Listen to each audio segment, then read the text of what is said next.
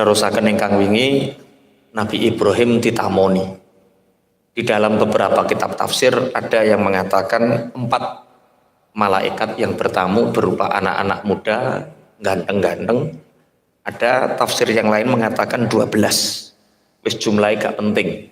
Yang penting adalah saat itu Nabi Ibrahim kedatangan tamu. Kemudian Nabi Ibrahim menyembelih apa sapi apa unta, wis pokoke kewan.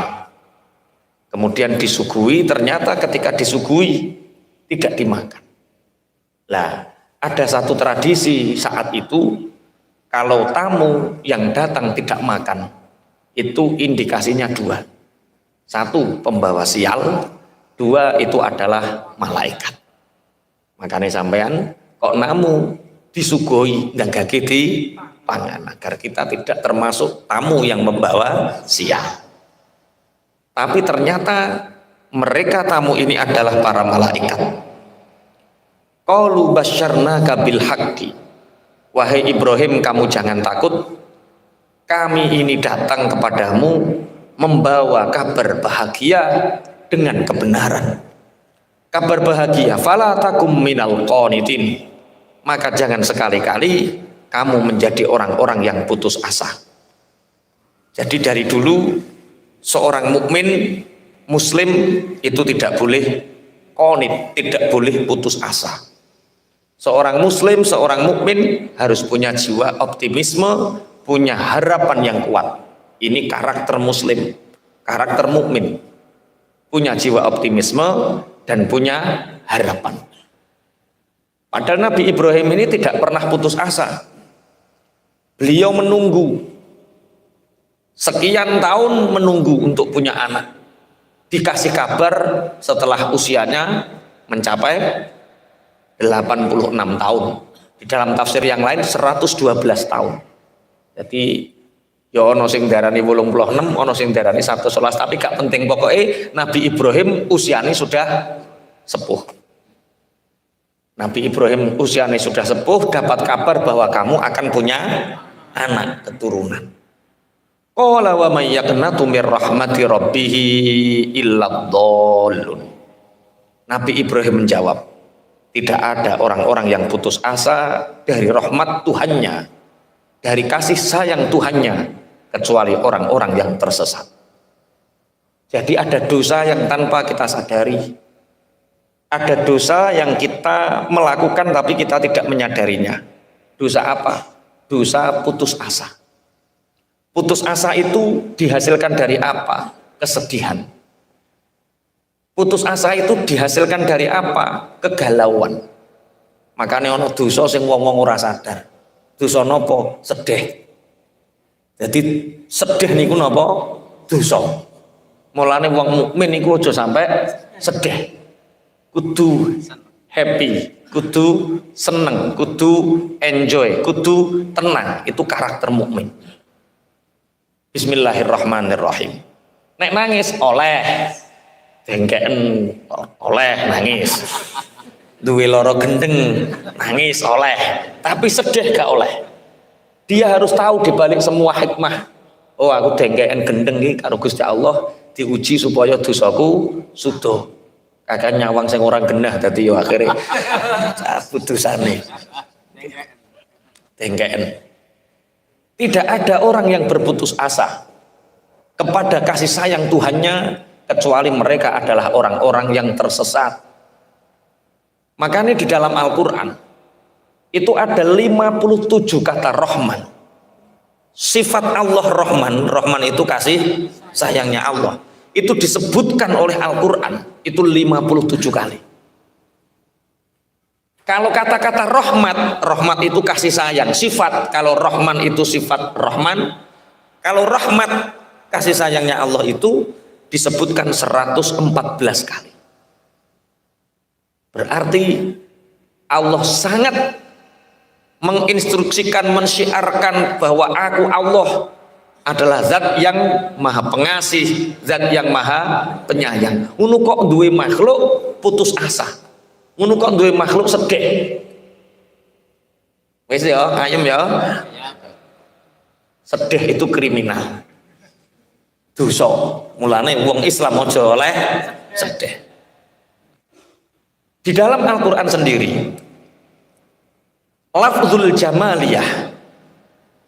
jamaliyah itu lafat-lafat yang di situ menyebutkan kesempurnaan Allah, sifat baiknya Allah, yaitu sifat kasih sayangnya Allah, sifat pengasihnya Allah. Itu disebutkan lebih banyak daripada lafat yang menerangkan tentang azabnya Allah. Itu artinya bahwa Allah lebih mendahulukan rahmatnya daripada azabnya. Mulane wong muslim itu kudu duwe optimis, duwe harapan. Ibadah sing dilakoni diterima, dosa sing dilakoni disepuro. Paham? Apa ini? Kita ngelakoni ibadah, sholat, ngaji, poso, kita harus optimis bahwa ibadah yang kita lakukan diterima, dosa yang terlanjur kita lakukan diampuni. Itu wong mukmin. Kalau dibalik sedih, Allahu Akbar, ya Allah ini diterima toh ora sholatku, ya Allah ini diterima toh ora sholatku. Kok yang ngelakoni dosa iling terus, ya Allah dosa kula kathah. Lah wong kok ora tahu ayem. Kowe ngerti nek dosa diterima nglakoni, misal dosa iku contohnya apa?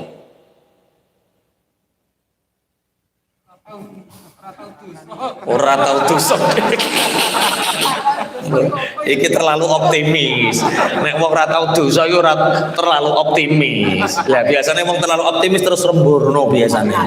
Saking akeh. Terus ora krasa nek kuwi dosa. Kue ngedoli es, terus ono wong ayu mbok sawang, terus itu dosa. Lah kue ngerti nek iku dosa, iku sing ngandani sapa? Kanjeng Nabi. Sing memberi informasi sapa? Kanjeng Nabi. Kudu fair.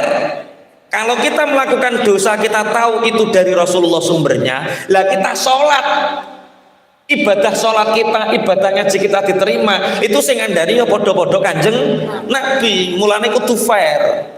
Ketika kita ibadah, ya yakin ibadah kita diterima. Ketika kita terlanjur melakukan dosa, ya kita yakin dosa kita diampuni. Itu orang yang tidak putus asa. Bismillahirrahmanirrahim. Makanya lafaz jamaliyah, lafaz kasih sayangnya Allah itu lebih banyak disebutkan di Al-Quran daripada informasi-informasi tentang siksa. Artinya Allah lebih mendahulukan rahmat kasih sayangnya daripada siksanya. Satu bukti, wong iku kudu duwe harapan. Nah, dan khayal-khayal sithik gak apa-apa. Dulu di zaman Bani Israel, karena abidun fi Bani Israel marra ala kathibin minar romli. Dulu ada seorang ahli ibadah di kalangan Bani Israel, itu lewat di padang pasir. Saat itu waqat asaba Bani Israil mahatan. Saat itu Bani Israel sedang terjadi paceklik. Fatamanna fi nafsihi anna hadza law kana daqiqan la asba'a butuna Bani Israil. Ada orang yang ahli ibadah jalan-jalan di padang pasir. Saat itu Bani Israel sedang terjadi paceklik, larang sandang, larang pangan. Termasuk orang yang ahli ibadah abid ini termasuk lapar juga. Dia bayangkan seperti ini, ya Rob, seandainya pasir ini menjadi tepung, corok ini seandainya pasir ini menjadi beras milikku, maka aku akan bersedekah dengan beras itu, sehingga Bani Israel tidak ada lagi paceklik, sehingga Bani Israel tidak ada lagi kelaparan. Apa yang terjadi? Iku harapan apa ngayal? Ya mirip-mirip. Kita tidak bisa hidup 40 hari kalau kita bisa hidup 40 hari kalau kita tidak makan. Kita bisa bertahan hidup 7 hari kalau kita tidak minum. Tapi orang tidak akan pernah bisa bertahan hidup 1 detik kalau dia tidak punya cita-cita dan harapan. Sampai ini cek urip, bukti saiki cek urip iku mesti perkara cek duwe harapan. Mbah ngangsur utangi sampai lunas. mbuh ngentasno anak putu. Ini harapan seorang ahli ibadah menghayalkan padang pasir ini menjadi tepung, menjadi beras miliknya. Aku akan bersedekah dengan beras ini sehingga Bani Israel tidak ada lagi paceklik dan kelaparan. Fa'auhallahu ila nabiyyin min anbiya'ihim an kulli fulanin innallaha ta'ala qad aujaba laka minal ajri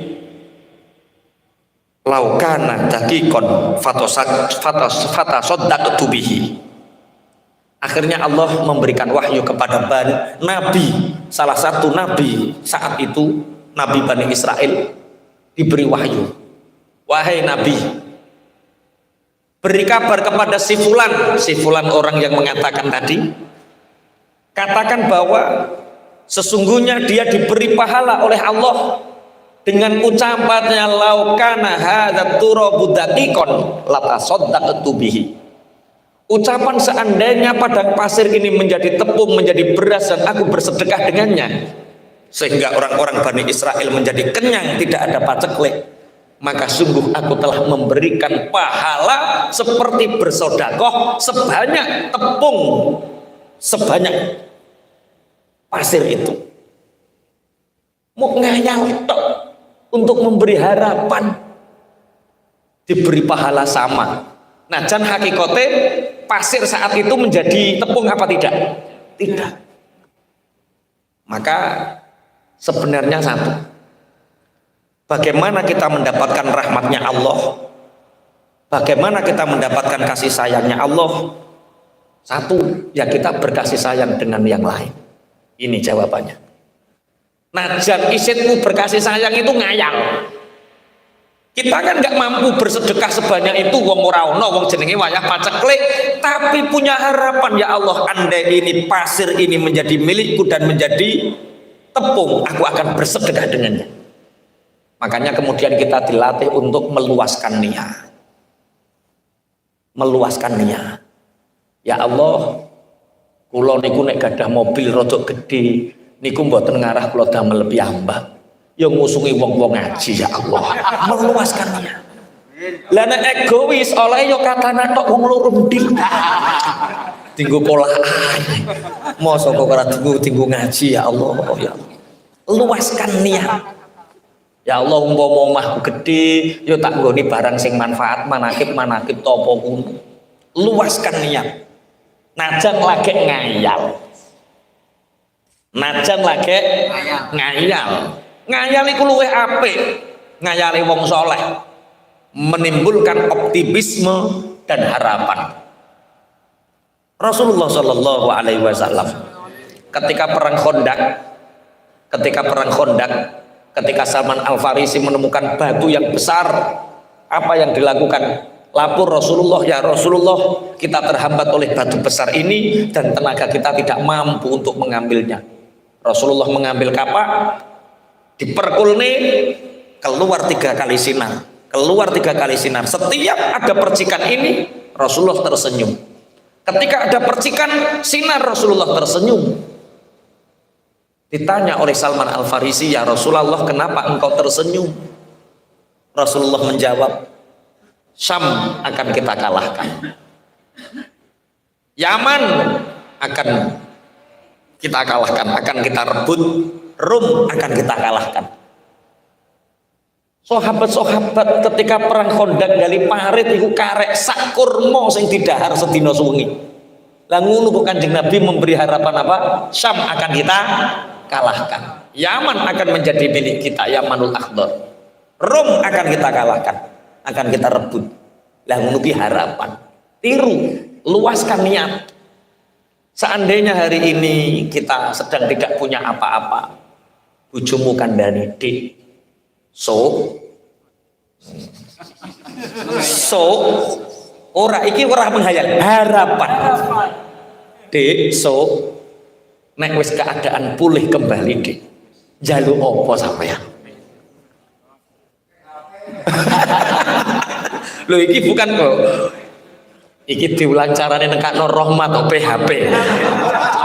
wis dikandani. Seorang muslim, seorang mukmin harus punya jiwa optimis, harus punya harapan. Bagaimana cara kita mendatangkan kasih sayangnya Allah? Ya kita berkasih sayang kepada semua manusia, makhluk atau apapun. Yang hari ini sedih, yang hari ini mungkin kehidupannya lagi di bawah, susah secara ekonomi, terhimpit. Ingat,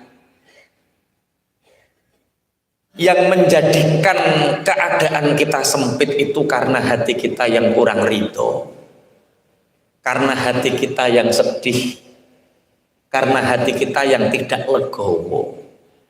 Kehidupan menjadi sempit itu karena ada amarah, ada emosi, ada sesuatu yang mengganjal sehingga kita tidak ridho menjalani kehidupan ini. Jawabannya mulane ridho dulu. Tebar kasih sayang kepada siapapun, jangan pernah ada rasa benci. Wong kok ning jero ati ana rasa benci, itu yang menyebabkan kehidupan kita tidak pernah baik. Wes, iki tentang rahmat kasih sayang. Dawuh Gusti Allah, man rahima ibadallahi yarhamuhullahu ta'ala. Barang siapa yang punya kasih sayang, yang mengasihani, memberi rasa welas asih kepada hamba-hamba Allah, maka Allah akan punya kasih sayang untuknya. Makanya caranya untuk mendatangkan rahmatnya Allah, bagaimana kasih sayangnya Allah? Ya kita cari orang yang sedih-sedih, hibur. Cari orang yang susah-susah, hibur. Cari orang yang butuh, bantu. Itu cara mendatangkan kasih sayang Allah. Orang yang hari ini sempit itu karena dia nggak pernah ingin bantu orang, dia ingin masalahnya selesai terus tambah lembut gue ibu terus no. Wong duwe masalah akeh kok tambah pokoknya piye carane masalahku selesai, ora selesai. Kalau ingin masalahmu selesai, bantu selesaikan masalah orang lain. Man rahima ibadallah yarhamuhullah. Siapa yang punya kasih sayang terhadap makhluknya Allah, hambanya Allah, maka Allah akan memberi kasih sayang terhadapnya. Bismillahirrahmanirrahim. Ada satu hadis dari Ibnu Mas'ud radhiyallahu taala anhu qala Rasulullah sallallahu alaihi wasallam, al-fajiru ar-raji rahmatallah aqrabu ilallahi taala minal abid al-muqnit. Kanjeng Nabi dawuh, orang yang bergelimang dosa tapi punya harapan mendapat kasih sayangnya Allah, itu lebih dekat kepada Allah daripada orang yang ahli ibadah tapi putus asa dan membuat orang lain putus asa.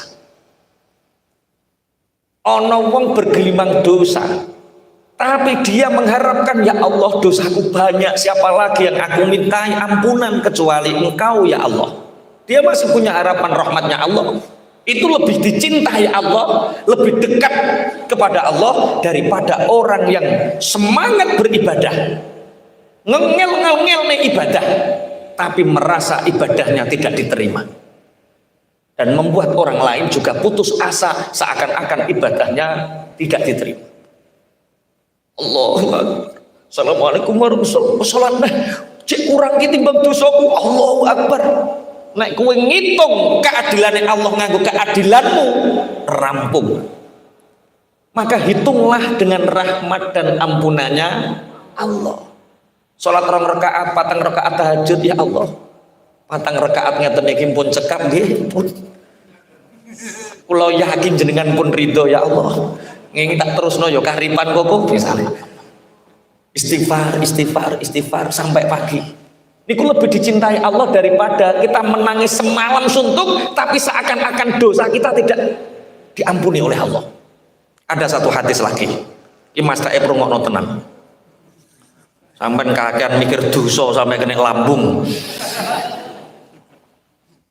Mikir dosa atau mikir wayang?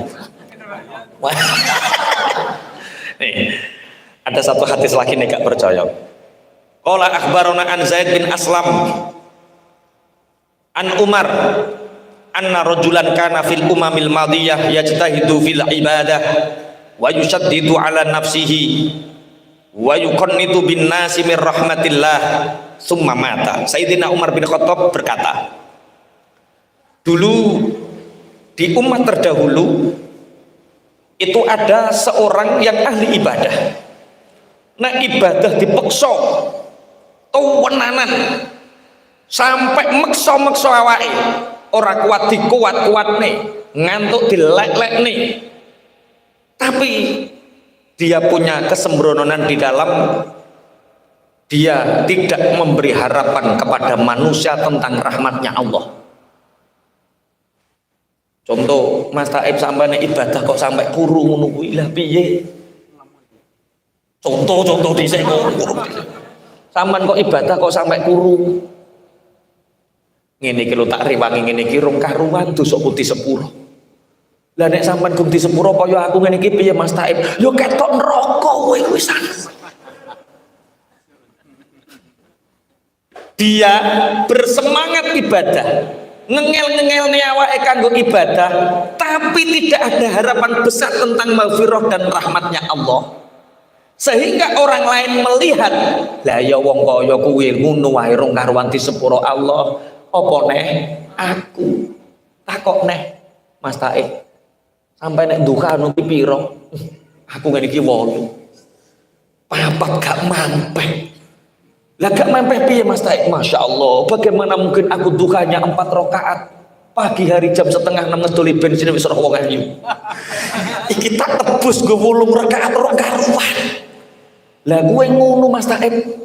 Lah aku ngene iki piye? Halah kaya kowe wis neraka wis jelas neraka kowe. Akhirnya orang ini mati. Summa mata, kemudian orang ini meninggal. Faqala ya Rabbi mali indaka. Kemudian orang ini ketika mati di akhirat bertanya kepada Allah, ya Allah, apa bagian untukku di sisimu? Ya Allah, apa bagian untukku di sisimu? Allah berfirman, faqala annar. Bagianmu adalah neraka. Qala lahu ya Rabbi fa aina ibadati wa ijtihadi.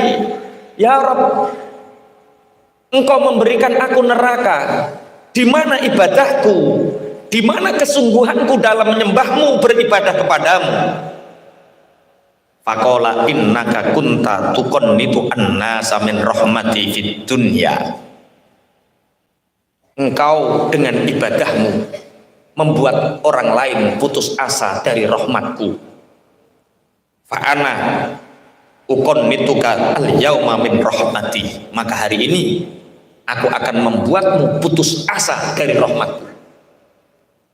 Kamu tidak menyembah aku, ciri Allah, kowe nyembah amalmu, kowe nyembah ibadahmu, sehingga kaya-kaya sing nyelametno awakmu ibadahmu, sehingga orang lain merasa putus asa dari rahmatku. Kaya-kaya aku ki pangeran sing kejem. Contohnya kaya dik manggon. Duha iku 8 rakaat. Kita dibanding dengan dosa-dosa kita 8 rakaat itu sudah tidak pantas untuk 2 rakaat, 4 rakaat lagi. Lah nek wong kaya aku kini piye Mas Taib? Alah neraka, wis mesti neraka wong kaya kuwi rai-rai neraka kabeh iki. Sehingga wong-wong iku ape duha 2 rakaat isin, ape duha 4 rakaat gak ono gunane. Akhirnya mereka jauh dari rahmatnya Allah. Makanya kita berlumur dosa, tapi harus punya harapan bahwa dosa kita diampuni. Kalau kita beribadah, ngaji, duha, sholat, poso, jangan ukur ibadahmu dengan keadilannya Allah. Ukurlah dengan rahmatnya Allah. Nek mbok ukur nganggo adile Allah, ya ora ono wong ning swarga. Jajal ayo dihisab amalmu. Ayo dihisab sapa sing mlebu swarga, neraka kabeh. Hisab dengan rahmat dan kasih sayangnya Allah. 2 rakaat niki nek diterima Allah, ya iso mlebur dosa 2 tahun. 2 rakaat qobliyah asar ngene iki nek dilakoni istiqomah iso mlebur 20 tahun. Ngoten niku rak pikiran terus ayem. Kita merasa nyaman dengan Allah, isyak billah. Tengok-tengok ngeten iki niat ngaji, niat golek hidayah. Masya Allah. Dosa pirang puluh tahun di sepuro Allah, Allahumma. Urung melangkah wis di sepuro Allah, Allahumma. Amin. Kurang penake piye? Lah iku wong sing ngedem-ngedem nganggo rahmate Gusti Allah.